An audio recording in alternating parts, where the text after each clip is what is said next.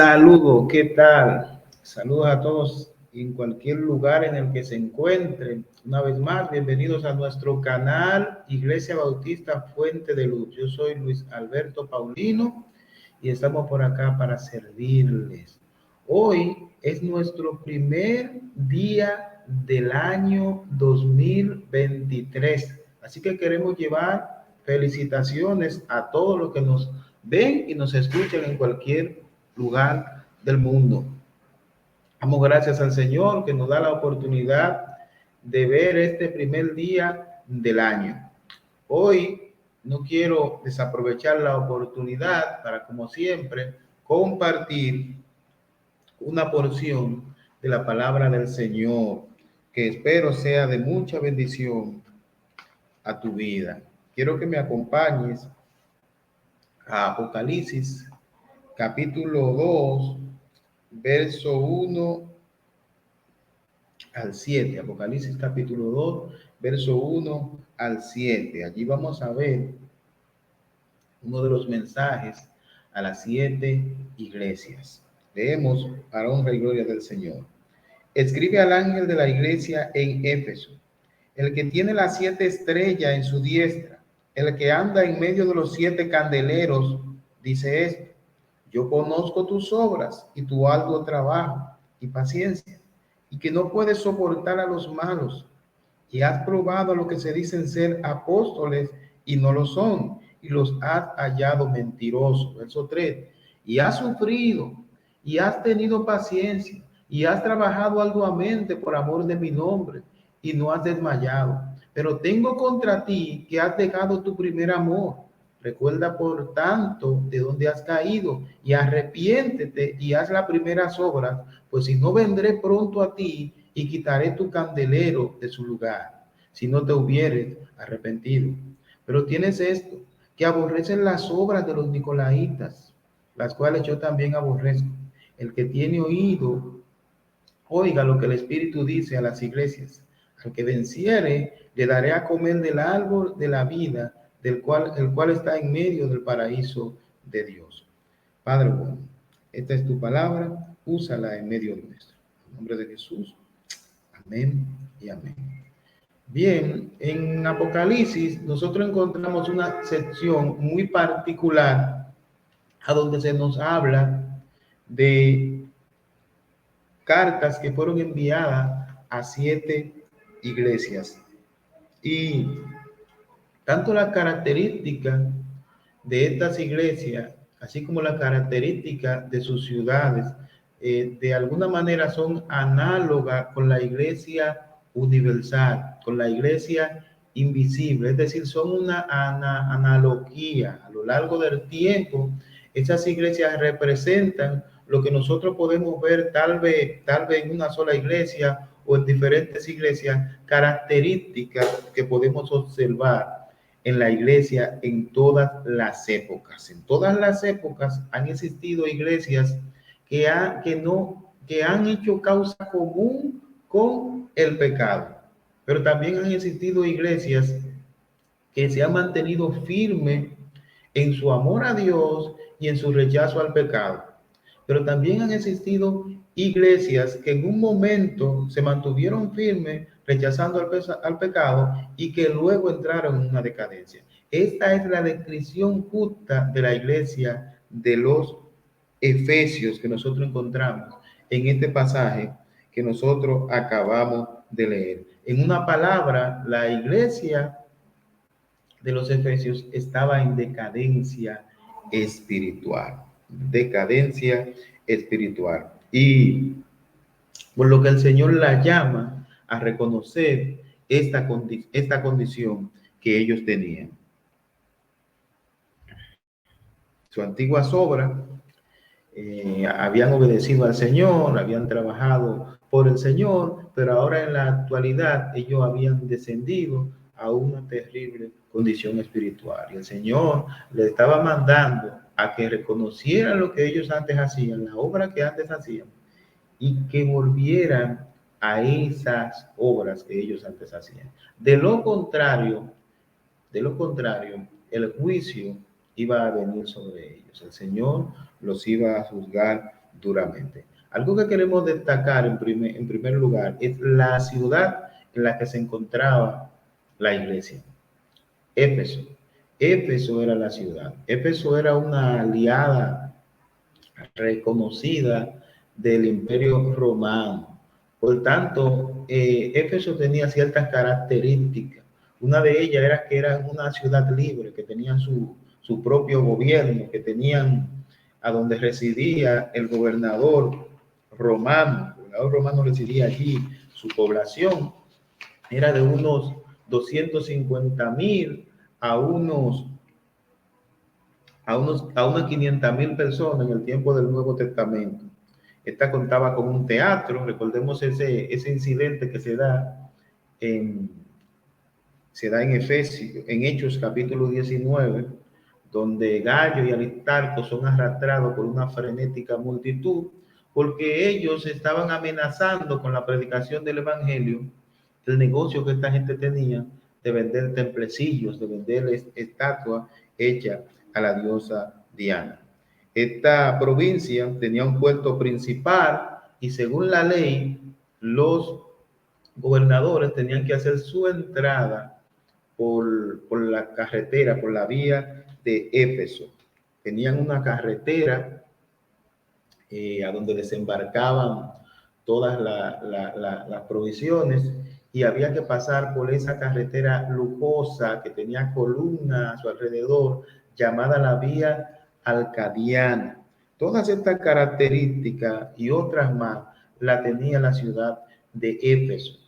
Y independientemente de su gobernabilidad, de su gobierno propio, independientemente de su estructura, independientemente de su belleza, independientemente de su estratégica ubicación, el orgullo de los efesios no era este, sino el mayor orgullo de ellos era su gran templo, era la idolatría a la diosa Diana o a la diosa Artemisa. Este templo era una majestuosidad para la época, incluso era una de las 7 maravillas del mundo antiguo. Este gran templo del que ellos estaban orgullosos, la adoración a Artemisa era bastante grotesca. Su ídolo era un monstruo prácticamente compuesto por muchos senos, un monumento a la inmoralidad y al sexo ilícito, definitivamente. Este era el orgullo de ellos, Diana. Y cuando alguien interfería con esto, pagaba la consecuencia.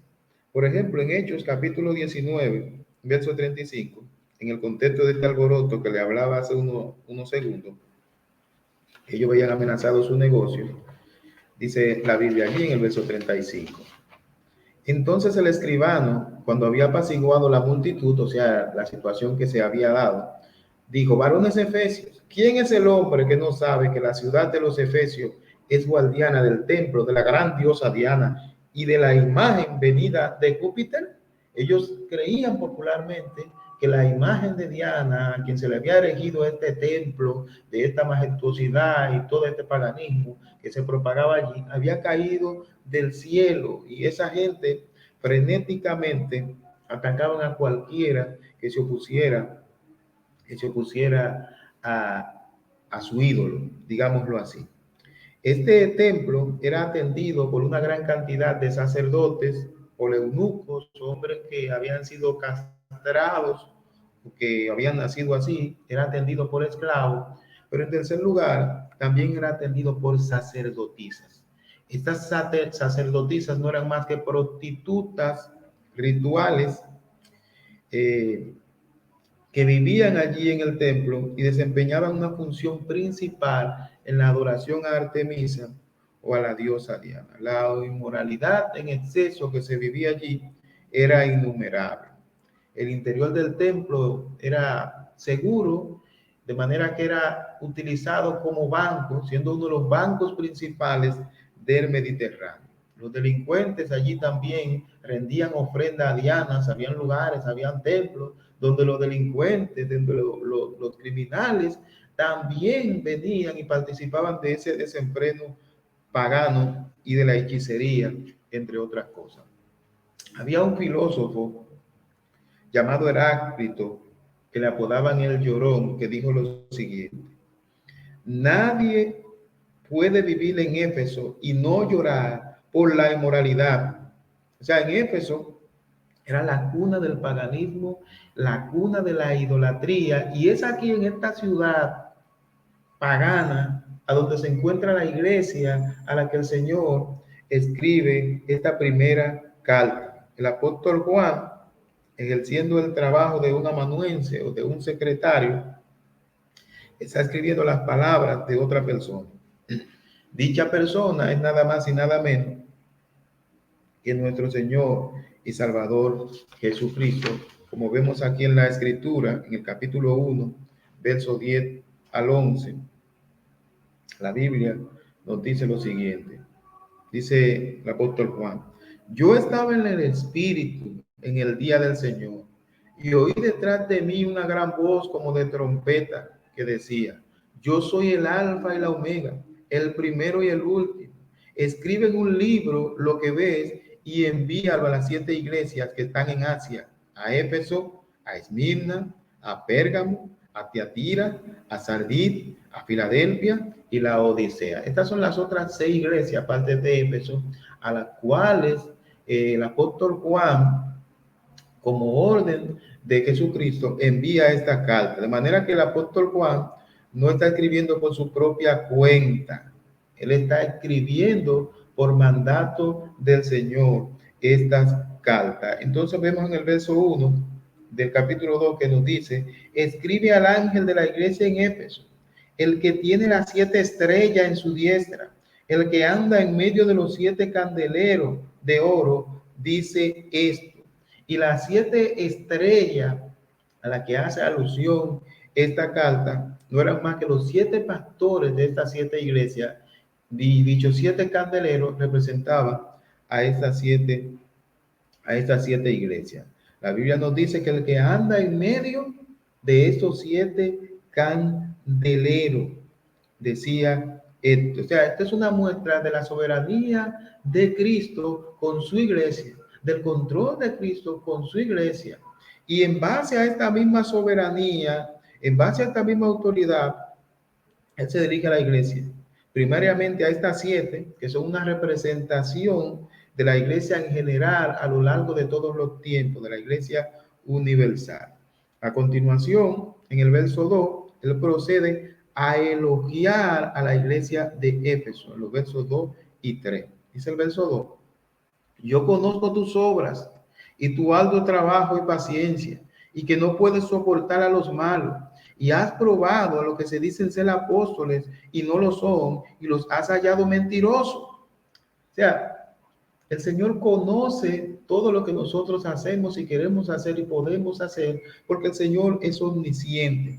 Y esa palabra conozco aquí se traduce de la palabra oída, que indica un conocimiento pleno. O sea, el conocimiento del Señor no es cualquier conocimiento, es un conocimiento pleno. La otra palabra griega para conozco es ginosco, y esa se refiere a una adquisición progresiva del conocimiento. O sea, esa es la manera como nosotros podemos conocer, una adquisición progresiva, pero el Señor no conoce de esta manera, sino que conoce plenamente. El Señor lo sabe todo desde la eternidad hasta la eternidad. Entonces, el Señor, antes de reprenderlo por lo que estaban haciendo mal, el Señor empieza a elogiar a esta iglesia por lo que ella estaba haciendo bien. El Señor nos dice que Él conocía, o sea, tenía conocimiento pleno, palabra griega kotko, de su arduo trabajo. Significa que ellos habían trabajado hasta la extenuación, habían trabajado hasta el cansancio. En otras palabras, lo habían dado todo. Era una iglesia que no había escatimado en principio esfuerzo en su trabajo por el Señor. Esta expresión arduo trabajo describe el esfuerzo general que exige todo lo que una persona tiene para dar, física, mental y emocionalmente. Lo dieron todo, trabajaron arduamente, y el Señor está elogiando esto, el trabajo ministerial de esa iglesia, el trabajo por el Señor. Los efesios habían sido diligentes en su trabajo en el Señor, no fueron perezosos en ese momento en ningún sentido. Otra característica que Cristo elogia de los efesios es que ellos no toleraban el pecado. Ellos no toleraban el pecado. Su norma de conducta era elevada. Practicaban la disciplina en la iglesia. Practicaban la disciplina en la iglesia. Y nosotros podemos ver en Mateo que era la disciplina en la iglesia. Hoy en día, el disciplinar en la iglesia es algo que muchas veces brilla por su ausencia y que muchas veces se ha perdido. Por ejemplo, en el capítulo 18 del Evangelio según Mateo, nosotros encontramos una muestra de qué es la disciplina en la iglesia, aunque probablemente no entendamos qué es disciplinar y probablemente por eso no entendamos que una iglesia no lo haga o no entendamos cuando la iglesia lo hace. El verso 15 al 17 del capítulo 18 dice lo siguiente: por tanto, si tu hermano peca contra ti, ve y repréndele, estando tú y él solo. Si te oyere, has ganado a tu hermano. Mas si no te oyere, toma aún contigo a uno o dos, para que en boca de dos o tres testigos conste toda palabra. Si no lo oyere a ellos, dilo a la iglesia, y si no oyere a la iglesia, tenlo por gentil y por publicano. Nosotros vemos una expresión de cómo se disciplinaba. Ahora me está dando el sol en la cara. ¿Cómo se disciplinaba en la iglesia? La iglesia de Cristo está llamada a disciplinar a sus miembros. Está llamada a disciplinar a sus miembros. Y esta iglesia de Éfeso disciplinaba, como lo tenemos que hacer nosotros hoy. Eran una iglesia también que tenía discernimiento. Tenían discernimiento. Por lo que vemos que la Biblia nos dice: has probado a los que se dicen ser apóstoles y no lo son, y los has hallado mentirosos. O sea, ellos sabían quién eran los falsos maestros. Hallaban mentirosos a aquellos que eran falsos maestros, porque ellos conocían la palabra del Señor, eran experimentados en la palabra de Dios. Años antes habían sido exhortados por el apóstol Pablo y de que iban a aparecer falsos maestros. Por ejemplo, en Hechos capítulo 20, del 28 al 31, Pablo hace unos años le había dicho a ellos, y ellos sabían muy bien que los falsos maestros iban a aparecer y tenían discernimiento en cuanto a eso. Dice: por tanto, mirad por vosotros y por todo el rebaño en que el Espíritu Santo os ha puesto por obispo para apacentar la iglesia del Señor, la cual él ganó por su propia sangre. Porque yo sé que después de mi partida entrarán en medio de vosotros lobos rapaces que no perdonarán el rebaño. Y de vosotros mismos se levantarán hombres que hablen cosas perversas para arrastrar tras sí a los discípulos. Por tanto, velad, acordándonos que por 3 años, de noche y de día, no he cesado de amonestar con lágrimas a cada uno. Ya, ellos habían sido instruidos por el apóstol Pablo. Ellos sabían, por tanto tenían discernimiento en cuanto a eso. Y el Señor reconoce su trabajo, reconoce su sufrimiento en medio del paganismo y la paciencia que ellos tuvieron. Verso 3: y has sufrido. El Señor dice: yo conozco que tú has sufrido, que has tenido paciencia y has trabajado arduamente. Otra vez la palabra arduamente, hasta el cansancio, hasta la extenuación. Lo has entregado todo por amor de mi nombre y no has desmayado. Yo reconozco todo eso, la paciencia. Y aquí la palabra paciencia tiene varios significados. Uponer, es decir, paciencia en medio de situaciones penosas, en medio de aflicciones, en medio de persecución. Ellos experimentaron este tipo de paciencia, pero también macrotumia, que es la paciencia con las personas, tener paciencia con los débiles. Experimentaron todo esto. Los efesios, en medio de este extremo paganismo, experimentaron la paciencia en diferentes circunstancias. Desde pasar tiempos difíciles hasta lidiar con personas difíciles. Todo esto lo experimentaron, trabajaron trabajaron la cosecha para compartir con los que no tenían, con los necesitados, mientras predicaban, evangelizaban a los perdidos, aún en medio de la oposición de una ciudad pagana como Éfeso, como hemos visto en principio. Pero independientemente de todo esto, por lo que el Señor le elogia a ellos, algo pasó, algo pasó. Algo pasó en el tiempo y empezaron a menguar en su amor que los energizaba a hacer las obras que ellos hacían. Empezaron a menguar, pero el Señor les reclama ahora su decadencia espiritual en el verso 4. Dice el Señor, independientemente de todo lo que habían hecho, pero tengo contra ti que has dejado tu primer amor, a pesar de todo lo bueno que ellos habían hecho. A pesar de lo que el Señor acaba de elogiar, viéndolo a través de su omnisciencia, de su conocimiento, el Señor ve una falta grave en esta iglesia. Habían dejado su primer amor, que era que los energizaba para hacer todo esto que ellos hacían. Al parecer, esta era una nueva generación de creyentes cuyos antepasados habían vivido de manera correcta delante de Dios, pero que esta generación, a pesar de que conservaban las doctrinas y externamente aparentaban estar bien, sus obras no estaban conectadas con una verdadera devoción, con un verdadero amor al Señor, y el Señor lo sabía. Habían dejado su primer amor, eran una iglesia diferente en cuanto a su relación con Dios a la que tenían 40 años antes. 40 años antes, Pablo escribía a esta iglesia, por ejemplo, en Efesios capítulo 1, 15 al 16, y note lo que Pablo le decía a la iglesia de ese tiempo. Por esta causa también yo, habiendo oído de vuestra fe en el Señor Jesús y de vuestro amor para con todos los santos, no ceso de dar gracias por vosotros, haciendo memoria de vosotros en mis oraciones. Pablo se refiere a ellos como una iglesia que amaba a los demás santos, como una iglesia que expresaba su amor por los demás. En el capítulo 3 de Efesios 17 al 19, Pablo otra vez sigue diciendo, 40 años antes, lo que era en esa iglesia, para que habite Cristo por fe en vuestros corazones, a fin de que arraigados y cimentados en amor, seáis plenamente capaces de comprender con todos los santos cuál sea la anchura, la longitud, la profundidad y la altura, y de conocer el amor de Cristo que excede a todo conocimiento, para que seáis llenos de toda plenitud de Dios. Esa era la antigua condición espiritual de esta iglesia. Pero ellos habían caído de esta condición y habían descendido espiritualmente.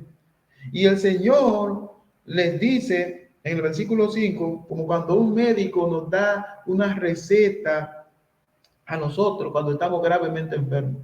Ah, tú estás enfermo. Eso es lo que revela el diagnóstico. Estás enfermo. Esta es la receta. Esto es lo que tú te tienes que tomar. Esto es lo que tú tienes que hacer. Mira lo que dice el verso 5. Recuerda, por tanto, de dónde has caído y arrepiéntete y haz las primeras obras, pues si no, vendré pronto a ti y quitaré tu candelero de su lugar si no te hubieres arrepentido. En primer lugar, ellos tenían que recordar sus antiguas obras, de dónde habían descendido, de dónde habían caído. Y esto literalmente significa mantenerse recordando sus antiguas obras, de donde ellos habían caído. Tenían que arrepentirse, tenían que devolverse, tenían que volver a las antiguas obras. Y por sus antiguas obras, obedecer el mandamiento de amar a Dios. Habían perdido su primer amor. Habían dejado de amar a Dios y lo único que quedaba era su mecánica y su accionar externo.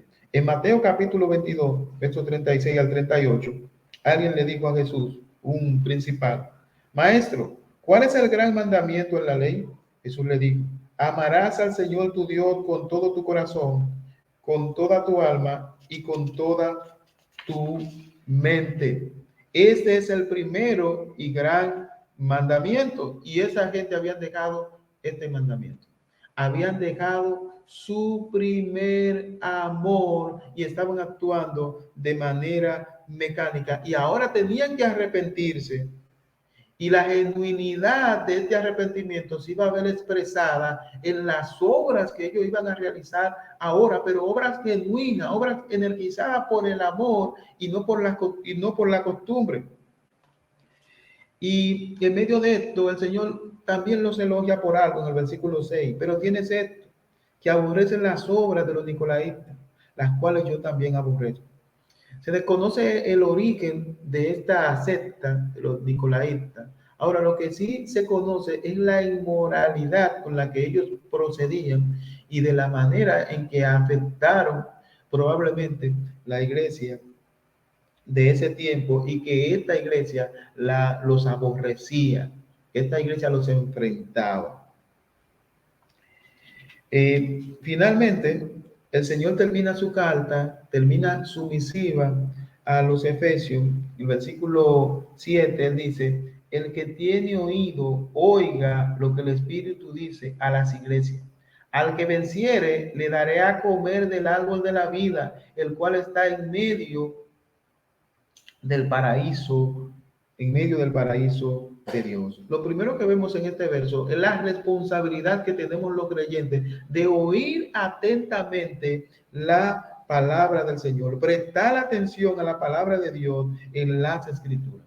Y este sustantivo, iglesias, que nosotros vemos aquí, es una alusión no a una iglesia en particular, sino a la iglesia universal. El verso 7 dice, lo que el Espíritu dice a las iglesias, a todos aquellos que hemos sido lavados por la sangre del Cordero, no importa la raza, no importa el tiempo, a todas esas iglesias, a la iglesia invisible, oiga lo que el Espíritu dice a las iglesias, al que venciere, al que venciere.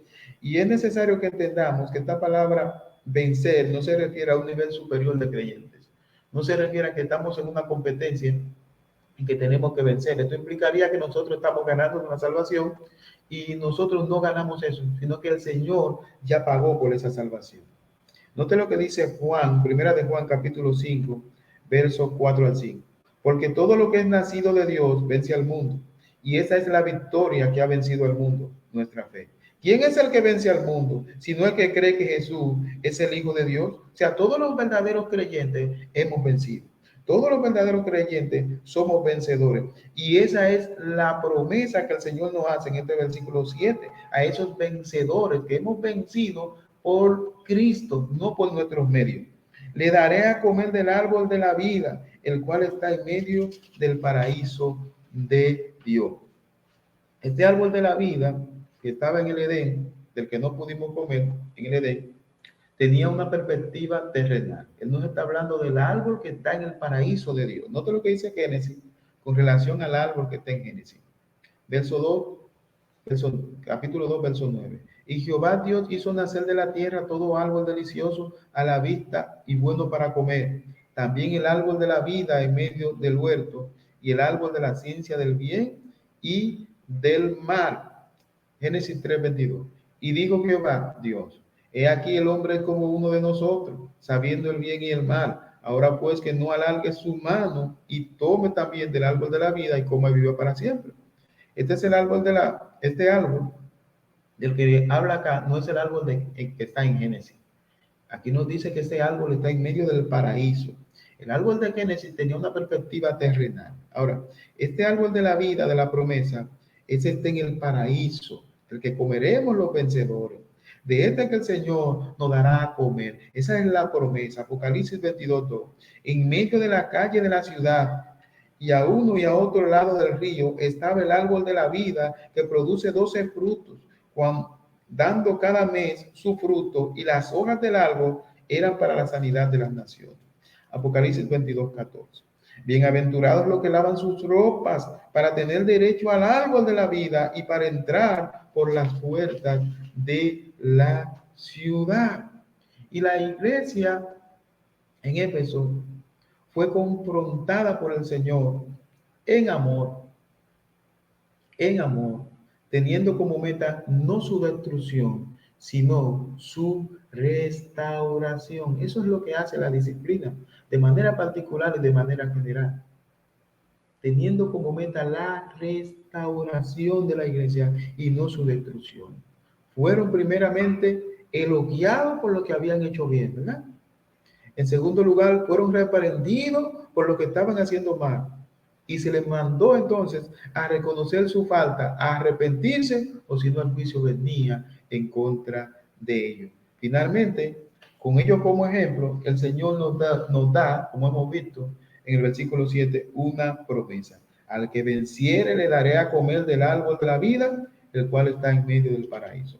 Y obviamente, este árbol simboliza la vida eterna. Al que venciere, somos más que vencedores en Cristo, la vida eterna, y el paraíso representa el cielo, el cual es nuestro destino final. Esta iglesia de Éfeso puede, sin lugar a duda, ser una representación de cualquier creyente de manera particular. Cualquier creyente que se ufana de tener una buena doctrina, cualquier creyente que está en diversos ministerios, pero que mecánicamente está haciendo todo lo que hace y que su corazón está desconectado del Señor. Esto pudiera ser un ejemplo de cualquiera de nosotros. Cualquiera de nosotros puede que tenga una condición espiritual baja, pero que esté aparentando con sus acciones que está bien, que está bien. Tengamos cuidado. Tengamos cuidado de nuestra relación con el Señor. Tengamos cuidado de nuestra vida de oración. Tengamos cuidado de la palabra de Dios. Tengamos cuidado del buen compañerismo. No nos conformemos a la apatía espiritual, sino sacudámonos y acerquémonos a Dios. Compartamos nuestras luchas, tengamos compañeros de oración, tengamos personas a las cuales podamos rendirle cuenta, para que puedan orar por nosotros, que puedan orar con nosotros y salgamos de la apatía espiritual que a veces nos encontramos. David, en una ocasión, cansado de su propia apatía a causa de su propio pecado, en el Salmo 51, dijo lo siguiente, 51:12. Vuélveme el gozo de tu salvación y espíritu noble me sustente. Y él no está diciendo que le devuelva su salvación. Él lo que está diciendo es que él no siente el gozo de su salvación. Y era evidente porque estaba en pecado. Y el gozo no puede coexistir con el pecado. Donde hay pecado no puede haber gozo. Donde hay pecado lo que hay es apatía, lo que hay es tristeza, lo que hay es vacío, lo que hay es desinterés. Y hay muchos creyentes a veces en la iglesia que están desinteresados, que van religiosamente a todos los servicios y participan de todas las actividades, pero viven una vida espiritual apática porque el pecado no lo deja disfrutar del gozo de su salvación. El gozo puede coexistir con el sufrimiento. Podemos estar sufriendo, podemos estar atribulados, pero el gozo que nos da la salvación en el Señor puede prevalecer, pero el gozo no puede coexistir con el pecado. Y la receta que el Señor le da a estos efesios es la misma que nos da hoy. Arrepiéntete. Acuérdate de tu antigua obra. Acuérdate de donde tú caíste y arrepiéntete. Arrepiéntete. Y vuelve a hacer lo que tú antes hacías.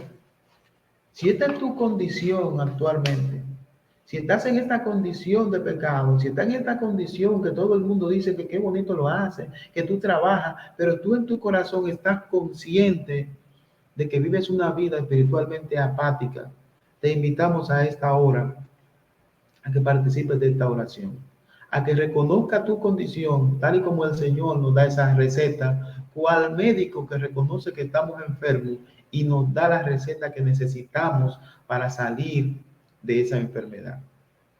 La receta que el Señor nos da es que nos arrepintamos, que recordemos la relación que teníamos con el Señor y que nos arrepintamos, que no sigamos avanzando aparentando como los fariseos, sino que reconozcamos la condición espiritual en la que hemos caído y que vengamos delante del Señor y nos arrepintamos para que disfrutemos del gozo que nos da la salvación en una vida que se arrepiente de sus pecados. Arrepiéntete. Vamos a orar. Padre bueno, quiero presentarte, Señor, a cada una de las personas, Señor, en cualquier lugar que se han expuesto a tu palabra, Señor, a través de este medio. Muchos de nosotros nos encontramos a veces en situaciones semejantes, apáticos espiritualmente, pero queremos aparentar. Yo te pido por mi corazón y te pido por el corazón de aquellos que puedan escuchar esta transmisión, que tú obres en sus corazones y que puedan aceptar la receta que el Señor nos da, que se arrepientan y vuelvan a sus antiguas obras. En el nombre de Jesús. Amén y amén. Bien, quiero darte las gracias por permanecer hasta el final de este video y deseo de todo corazón que si esta es tu condición, el Señor pueda obrar en tu corazón y puedas arrepentirte y volver a tu antiguo sitiar espiritual. Si quieres, si es tu deseo, puedes compartir este video con otras personas y puedes comentar aquí en la cajita de comentarios qué otros temas podemos tratar y si Dios ha hablado a tu vida a través de este tema. Así que dale like, comparte y comenta. Que Dios continúe bendiciendo tu vida y feliz año nuevo.